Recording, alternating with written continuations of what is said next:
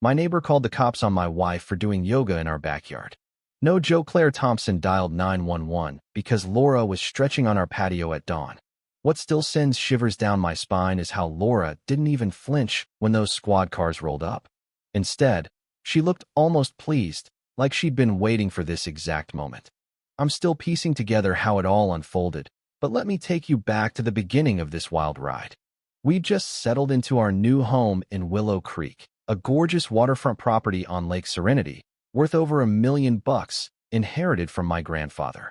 Laura, my wife, had just returned from a brutal deployment. Her eyes carried that haunted, thousand-yard stare you see in combat veterans.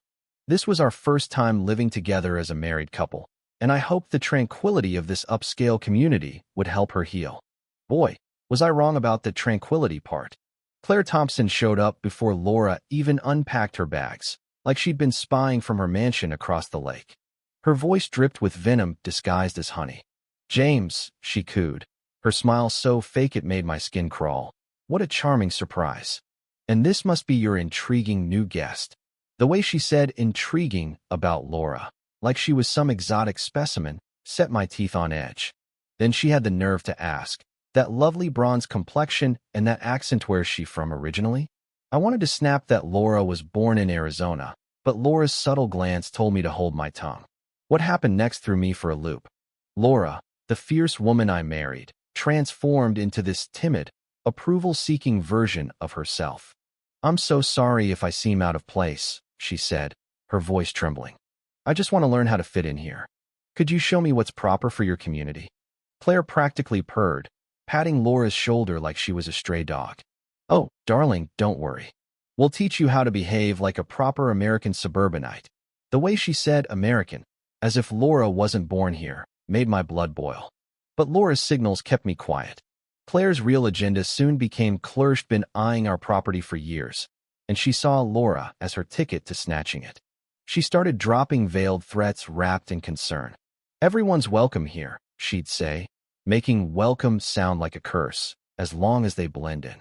Laura played along, acting vulnerable, asking Claire to guide her, which Claire lapped up like it was her life's mission. I was furious, but Laura's subtle cues told me to trust her. That night, I confronted her. "What the hell was that, Laura? You're acting scared of her." She looked at me, her eyes sharp as a blade. "James, that woman wants our house." I see it in her eyes. When I suggested telling Claire to back off, Laura shook her head. Sometimes, the direct approach isn't the smartest.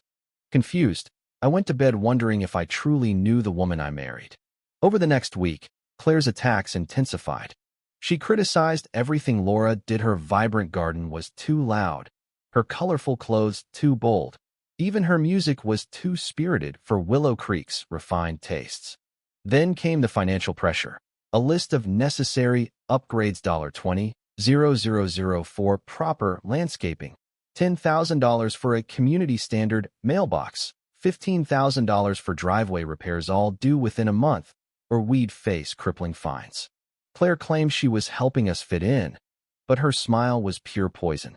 Worse, she spread rumors about Laura's cultural struggles and PTSD issues, turning neighbors against us. They started avoiding us like we were contagious. But something didn't add up. Laura's panic attacks only flared when Claire was around. With others, a mailman, shopkeepers, she was calm, confident, even sharp. I caught her setting up recording devices, asking precise legal questions, and documenting everything with military precision. Digging into Claire's past, I found she'd done this before. 3 military families in 2 years had sold their homes at a loss after her harassment campaigns. She'd pocketed commissions on every sale, tied to developers hungry for lakefront land. It was a calculated scam, and Laura was her latest target. Then came the police calls. The first was at 7 a.m., sirens blaring as 2 squad cars pulled up. Claire stood there, telling Officer Daniels that Laura's yoga was suspicious cultural behavior that alarmed the neighborhood.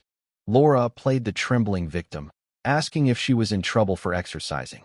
Daniels, clearly annoyed, told Claire that stretching wasn't a crime and warned her about false reports. 3 days later, Claire called again, claiming aggressive foreign discussions on our porch when we were just debating pizza versus burgers. Daniels, fed up, called it harassment. Laura's breakdowns after these visits were oddly specific. She asked about harassment laws and evidence collection, like she was building a case. By week 3, I knew Laura was playing a deeper game. Her victim act was a trap, and Claire was falling for it. I found her logs, timestamps, recordings, legal research, all meticulous. When I confronted her, she admitted, "James, I'm not falling apart. I'm playing her." My jaw dropped. "I need her to call the feds," she said, her voice cold and confident. "She's running a property scam targeting military families, and I'm going to end it." Sure enough, Claire escalated, filing a federal complaint alleging Laura was committing military benefits fraud and stolen valor. Agent Carter from the Military Criminal Investigation Command called to schedule interviews. Laura was calm, almost eager, preparing documents like she was gearing up for battle. Claire gloated, telling Laura, "The feds are coming for you." Laura's tearful pleas were pure theater, baiting Claire into incriminating herself on recordings. Meanwhile, Claire spun a media frenzy, painting herself as Willow Creek's savior against a dangerous fraud. The final showdown came at the community center, packed with neighbors, media, and police. Claire stood at the front, declaring she'd exposed a fraud threatening their refined community. Laura, appearing nervous, clutched my hand. Agent Carter asked for her military ID. Claire smirked, expecting a fake. Laura pulled out her ID, and Officer Daniels read it aloud. "Lieutenant Colonel Laura Martinez Reed, U.S. Air Force, Peterson Air Force Base, top secret clearance." The room gasped. Claire's face collapsed, shock, horror, then panic. She'd been targeting a high-ranking officer. Laura dropped her act. Her voice turned commanding. "Agent Carter, I have evidence of Mrs. Thompson's systematic harassment of military families." She presented a dossier, recordings, photos, witness statements detailing Claire's multi-state property scam. Carter announced Claire's arrest for false reporting, harassment, mail fraud, and civil rights violations. The crowd turned on her, horrified. Laura faced Claire. "Your tactics mirrored hostile foreign operations. You assumed my kindness was weakness. That mistake cost you everything." Claire was sentenced to 8 years in prison and ordered to pay $500,000 in restitution.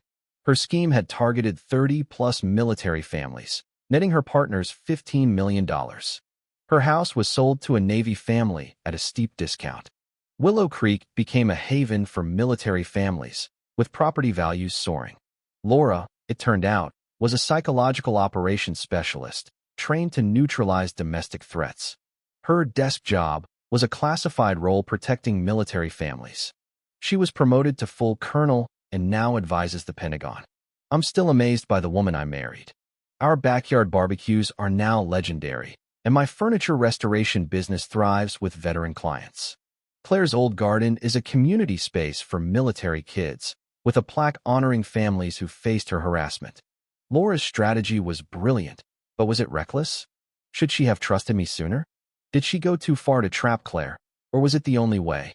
Drop your thoughts below, hit that like button, and subscribe to HOA for more stories that'll make you question everything. What would you have done in Laura's shoes? Was her secrecy justified, or did it cross a line? Let's hear it.